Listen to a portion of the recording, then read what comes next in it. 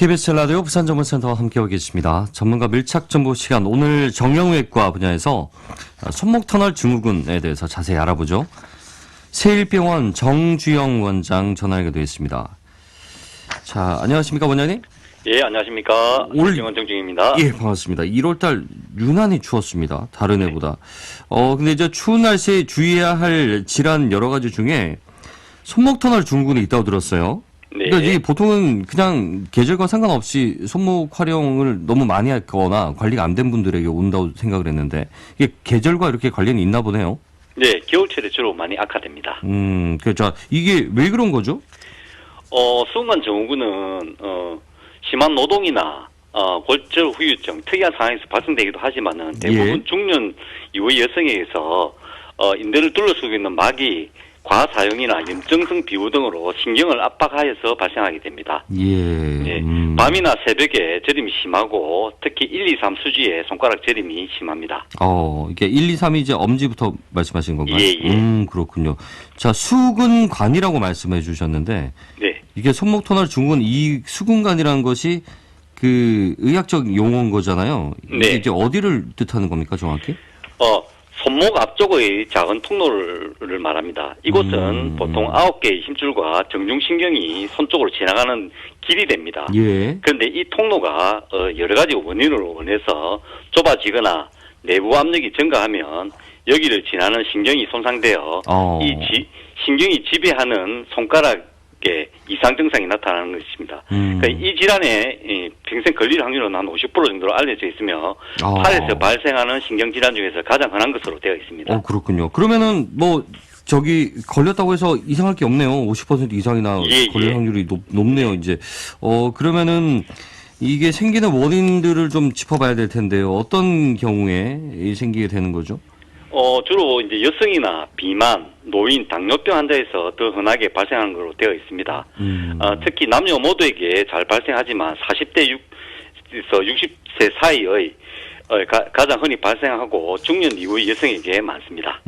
그렇군요. 그러면은 일단은 요즘 젊은 사람들이 게임이라든지 또 업무를 많이 하는 경우에 노트북이나 이 마우스를 이렇게 계속 하잖아요. 네. 그렇게 해가지고도 이제 걸릴 수도 있나요?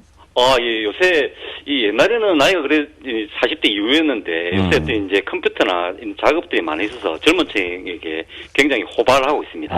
그렇군요. 또 스마트폰 계속 이렇게 만지고. 그러니까 어쨌거나 이렇게, 아까 말씀하신 대로 그 손목 앞쪽에 있는 그 통로, 이쪽이 어떤 방식으로든 그 내부 압력이 증가하거나 여러 가지 원인으로 좁아질 경우에 생기는 거니까 관리를 좀 평소에 잘 하셔야겠네요. 네. 자, 그러면은 증상이 어떤 것들이 있습니까? 아까 손가락 저림 현상이라든지 또 밤에 아프다고 하셨잖아요. 예. 주로 이제 손가락 저림은 나타나고 대부분 밤에 심합니다.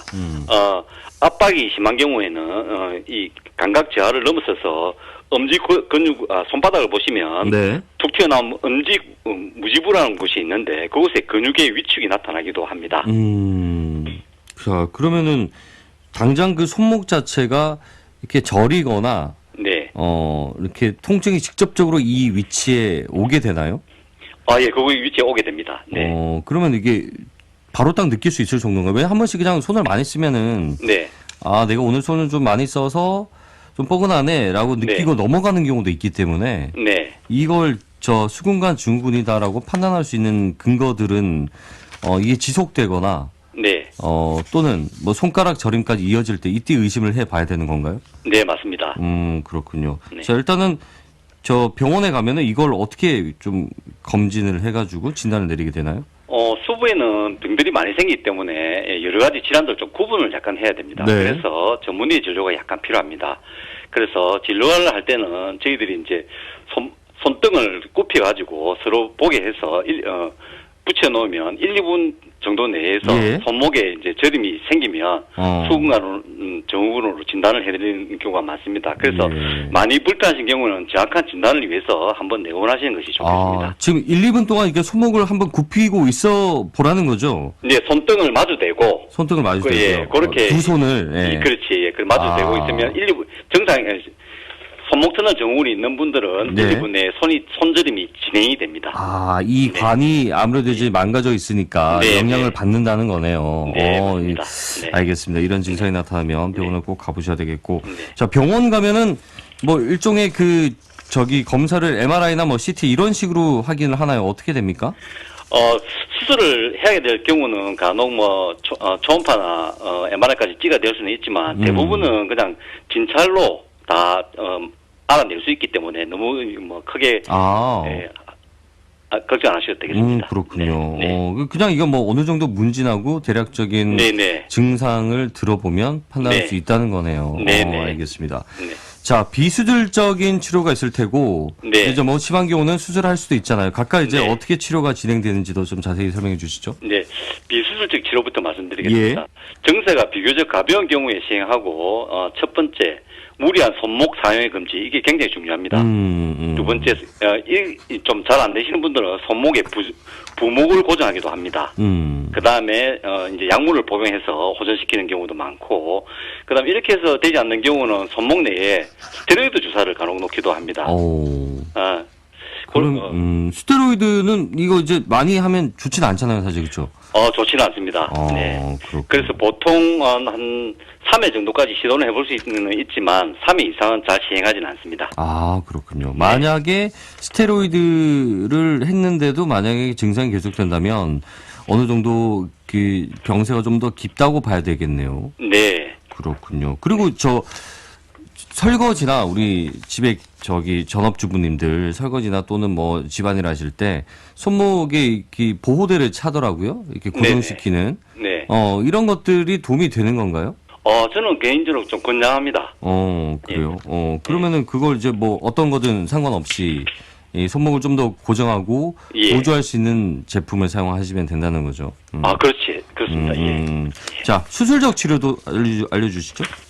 수술 치료는 가장 효과적인 치료는 좀 외과적으로 수근관을 넓혀주면 되겠습니다. 그래서 이게 수술을 해야 될 케이스를 구분하는 것이 더 중요한데, 네. 첫 번째 손바닥 쪽에 무지구란 부위 위축이 좀 심해서 심한 경우에 하고, 두 번째 정기적인 검사를 했는데 이게 굉장히 신경 손상이 심하게 된 경우가 있습니다. 그런 경우에는 해줘야 되고, 그 다음에 보존적인 요법으로 3에서 6개월 정도 치료를 했는데 네. 증상이 악화된 경우에 시행을 하면 되겠습니다. 자, 그러면은 일단은 비수술적 치료를 진행을 했는데도 네. 호조는커녕 더 악화됐다. 네. 그렇죠. 그리고 전기적 검사에서 네. 신경 손상이 이미 발생을 해버린 상태다. 그렇죠. 네, 이런 경우에는 맞습니다. 수술은 어떤 식으로 진행이 됩니까? 수술 방법에는 두 가지가 있는데 가장 근본적인 것은 그걸 누르고 있는 횡수근 인대를 잘라주어 수근관을 넓혀주면 되는 것입니다. 그래서 이제 조금 수근관 유리술이라고 부르는 방법입니다. 예. 그래서 피부 절개를 어떻게 하느냐에 따라서 개방성과 관절경적 방법으로 분류할 수 있습니다. 개방성 수근관 유리술은 마취하에 약 한 2-3cm 절개로 수술을 시행하는 간단한 방법입니다.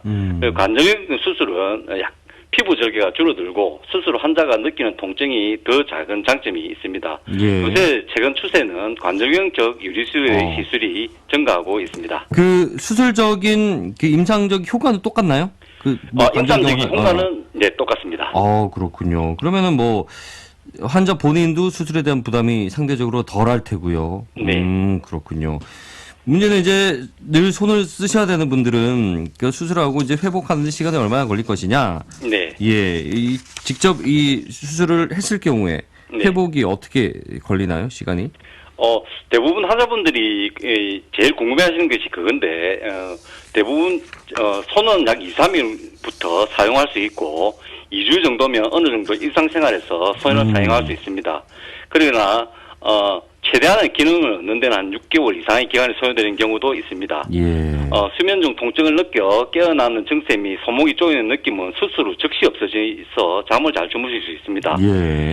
통증을 동반한 이상 감각도 약 일주일 안에 호전되는 것이 일반적입니다.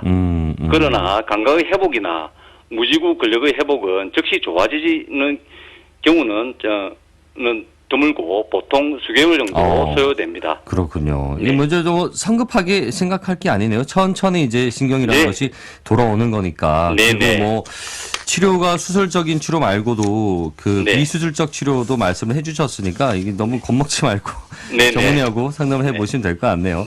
알겠습니다. 오늘 말씀 잘 들었습니다. 고맙습니다. 네, 감사합니다. 세일병원 정지영 원장과 함께 얘기 나눠봤습니다.